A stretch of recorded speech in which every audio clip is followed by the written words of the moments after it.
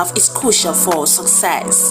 Taraba Business School is committed to empowering the next generation of leaders with the skills they need to thrive.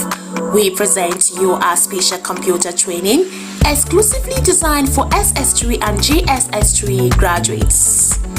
Our comprehensive program covers a wide range of topics, including Microsoft Word, master the art of document creation and editing, unlock the power of data analysis and visualization, Microsoft Access, learn to manage and analyze database, Microsoft PowerPoint, create stunning presentations that captivate audiences, graphic design using CorelDRAW, unleash your creativity and design skills, Photoshop, enhance your image editing skills and create stunning visuals, programming using web design, build dynamic websites and web applications, database development, learn to design and manage databases, UI/UX design, create user-friendly and intuitive interfaces. At the Taraba Business School, we believe in creating world-class entrepreneurs and professionals.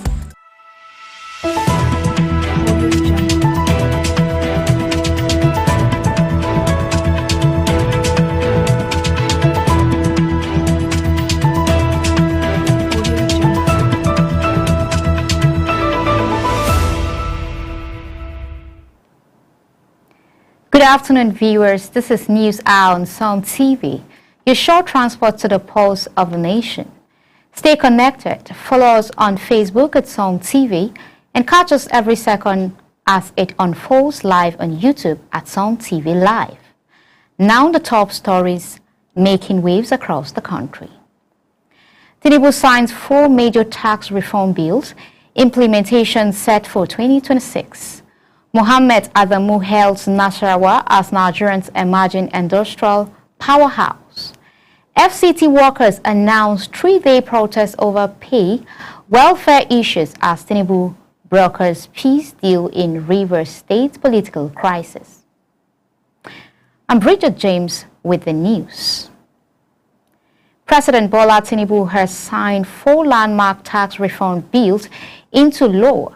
The laws are sweeping reforms which will take effect on January 1st, 2026, and are designed to streamline Nigeria's tax framework by removing redundancies, improving transparencies, and simplifying the system for individuals and businesses alike. Key provisions of the reforms include tax exemptions for low-income earners and small enterprises, the eliminations of value-added tax on essential goods, and new incentives aimed at stimulating growth in the energy sector. While the reform initially faced opposition, they have since gained broad support from stakeholders who view them as a vital tool for boosting national revenue and attracting investments. Observers underscore trajectory, particularly in the electric vehicles and consumers' elections. Meanwhile, workers in the Federal Capital Territory are preparing for industrial actions as the Joint Union Action Committee of the Federal Capital Territory Administration announced a 3-day protest beginning Monday, June 30th. Union President Rifkatu Lawyer accused FCT Minister Nyesom Wike of neglecting core issues, including prolonged staff stagnation, unpaid entitlement, salary discrepancies, and lack of access to salary portals. Additional concern raised includes unlawful deductions, inadequate staff training, and outstanding allowances. The union has called for structural reform and the immediate removal of the FCT Civil Service Commission chairman. The protests follow a recent strike by teachers over wage arrears and the non-implementation of a revised minimum wage. In a significant development on the political front, a late-night meeting convened by President Bola Tinubu at the presidential villa in Abuja has yielded a breakthrough in the engineering political crisis in Rivers State. The closed-door dialogue brought together FCT ministers Nyesom Wike, Rivers State Governor Siminalayi Fubara, and senior lawmakers.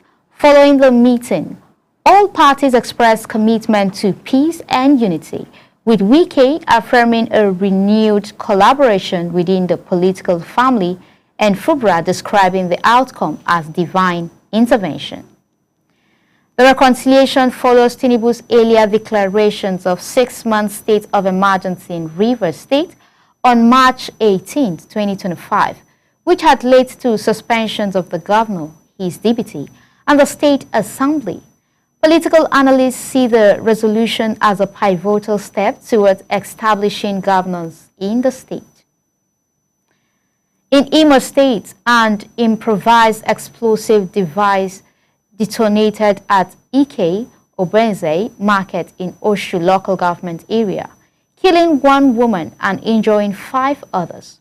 Authorities suspect the involvement of proscribed indigenous people of Biafra and its network. The Imo State Police Command has secured the site's launch and investigations and assured residents of heightened security measures.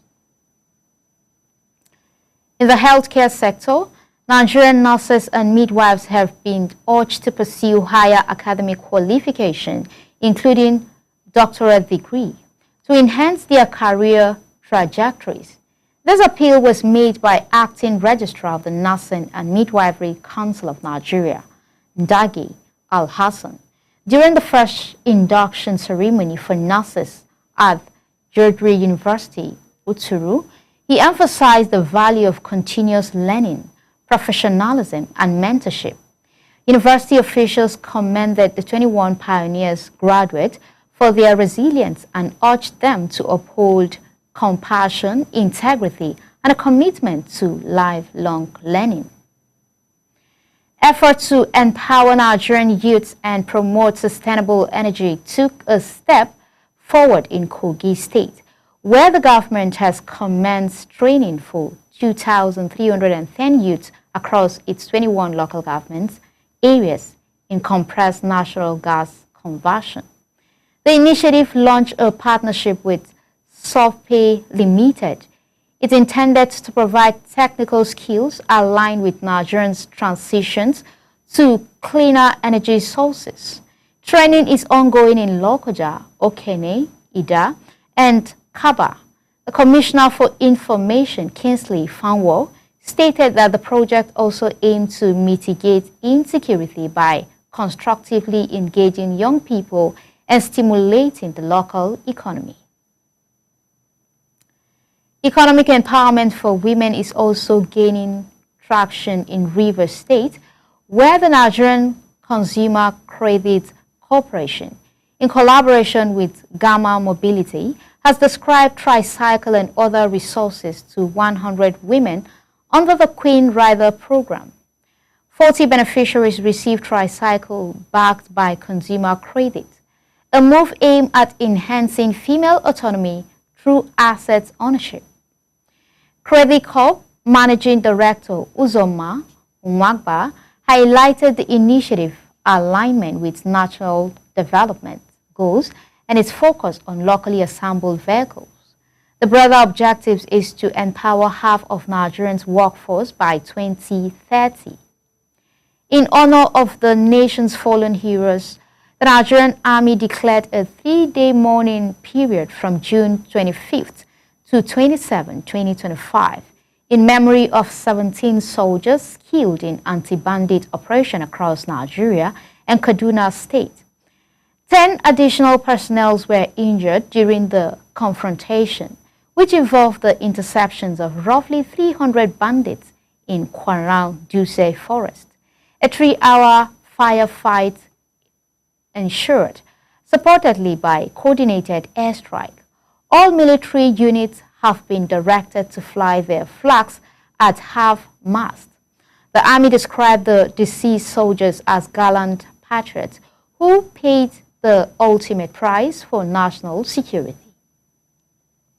In a related development, push for regional industrialization, business leaders in Gombe State have lauded the ongoing constructions of 22 billion naira Muhammadu Buhari Industrial Park in Dadin Kowa. The investor Alhaji Abdullahi Baba Isa and other stakeholders praised the park as a game changer for the Northeast, citing its potential to attract agro-processing and manufacturing firms. Governor Inuwa Yaya pro-investment policies have been credited with accelerating the park's developments. Already operational businesses at the site are generating interest among groundnut and rice millers. The park, strategically located near the Dadin-Kowa Dam, is expected to create over 100,000 jobs and reduce regional unemployment. Continuing in the realm of governance reform, President Tinubu has ordered a nationwide personal audit and skills gap analysis across all federal civil service tiers. Speaking at the International Civil Service Conference in Abuja, the President stressed the need for a modern, agile workforce capable of meeting global benchmarks. He also directed ministries, departments, and agencies to ensure data integrity in line with the Nigerian Data Protection Act.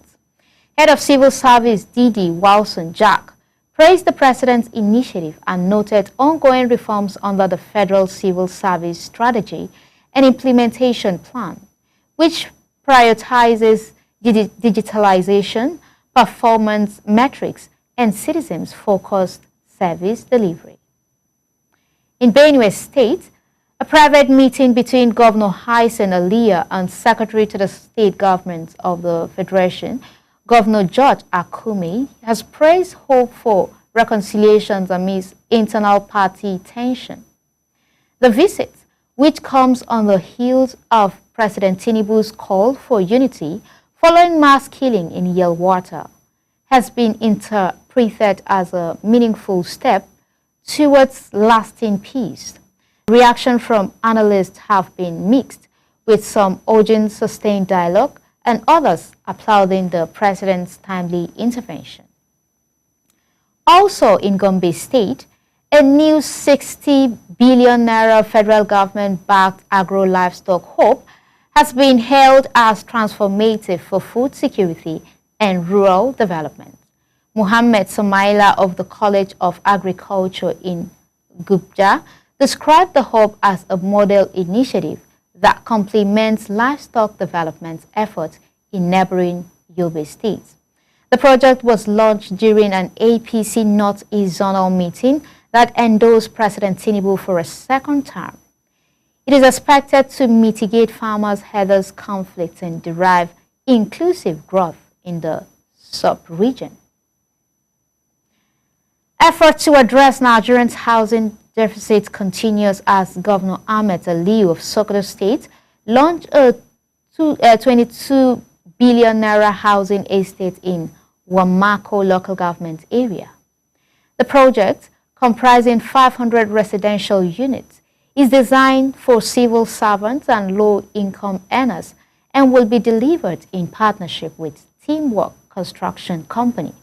Additionally, the state has completed 500 inherited units in Gidang, Salanke, and acquired 130 more in Kwanawa governors from neighboring states, and the Sultan of Sokoto attended the groundbreaking ceremony. Educational reform is taking roots in Kano State, where the government has established an 11-member committee to enhance skill acquisition in tertiary institutions. Inaugurated by Secretary to the State Government Umar Farouk Ibrahim, the committee is tasked with aligning educational outcome with employability and entrepreneurship. Governor Abba Kabir Yusuf approved the initiative, which will focus on vocational training and reduce dependence on traditional qualification. Officials emphasized that self-reliance and practical competencies are key to tackling youth empowerment.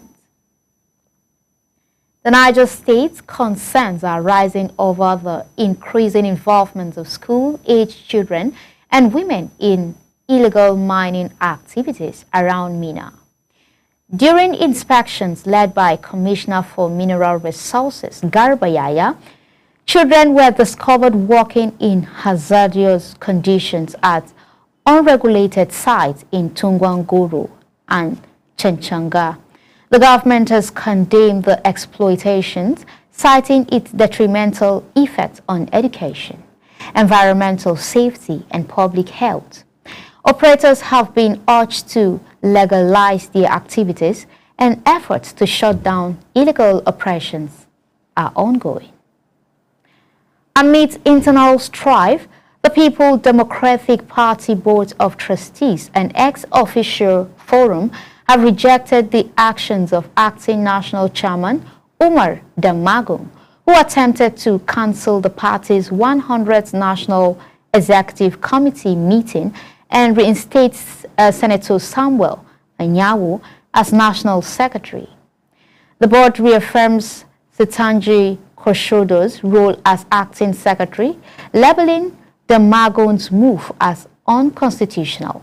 A majority of the National Working Committee members supported the board's stance, although the Independent National Electoral Committee still recognized Anyawu's disagreement persists over whether the June 30th meeting qualifies as a formal NEC section or a stakeholders caucus. In response to rising insecurity, the Pan-Yoruba Socio-Political Group, Afenifere, has called on President Tinubu to forward an executive bill to the National Assembly to amend the Constitution and allow the creation of state police. Meeting other residents of their leader, Pa Ruben Fasoranti, the group emphasized that Nigerian security challenges requires localized solutions, including drones, surveillance, community policing, and enforcement of anti-open grazing laws. They also reiterated their long-standing demands for national restructuring and paid tribute to the late Colonius Adebayo for his role in the pro-democracy movement. Gombe State continues to prioritize infrastructure with the approval of 21.2 billion naira for the constructions of an 8.5-kilometer northern bypass.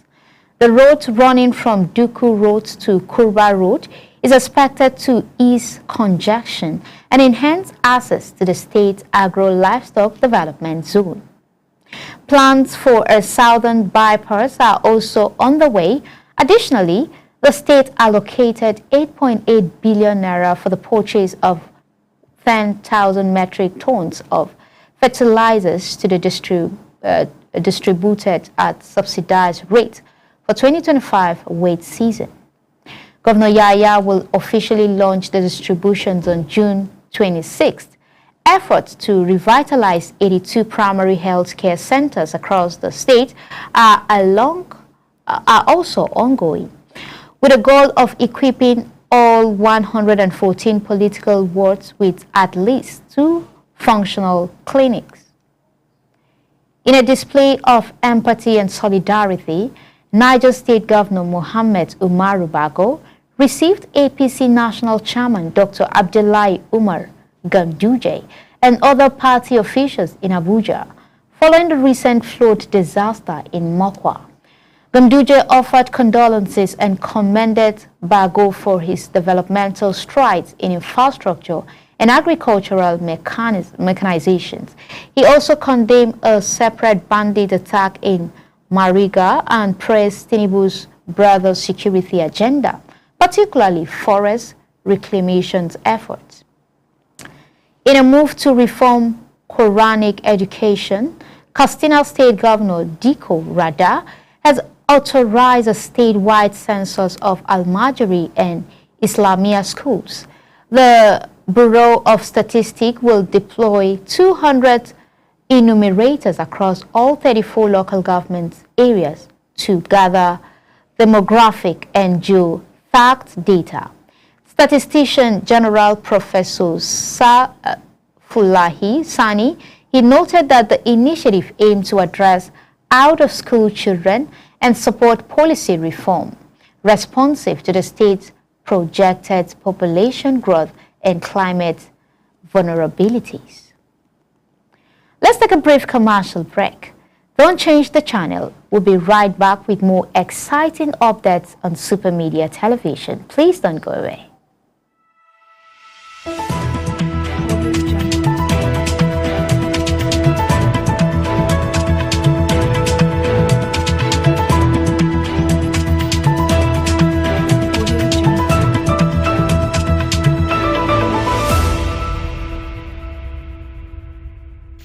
Are you stuck in Jalingo late at night? Need a safe and reliable ride fast? Introducing Supercab, Jalingo's trusted ride-hailing service from anywhere in the city. We will pick you up right at your doorstep. Book a ride in seconds. Safe, fast and affordable. Visit www.supercab.com.ng or download the Supercab app today. Supercab, your ride your way.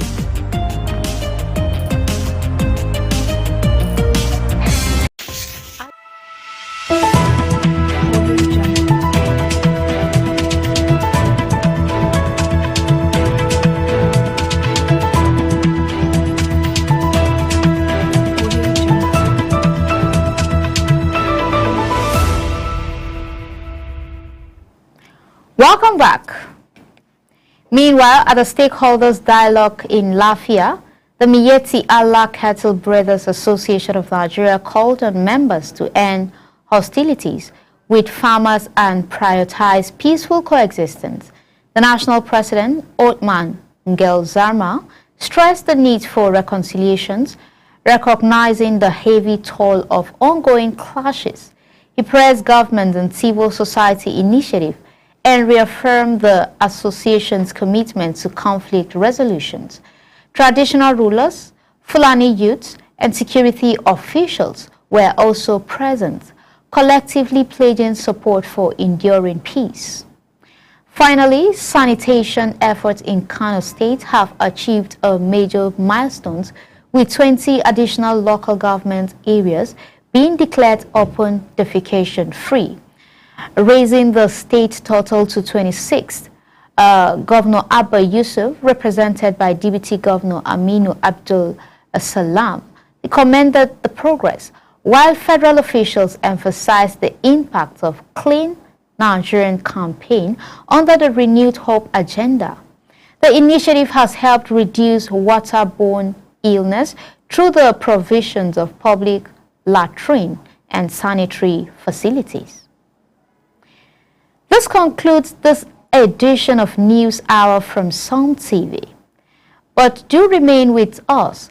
A rich tapestry of programming awaits, only here on Sound TV. For more updates, follow us on Facebook at Sound TV and subscribe to our YouTube channel at Sound TV Live. I remain Bridget James. Thank you for watching and goodbye for now.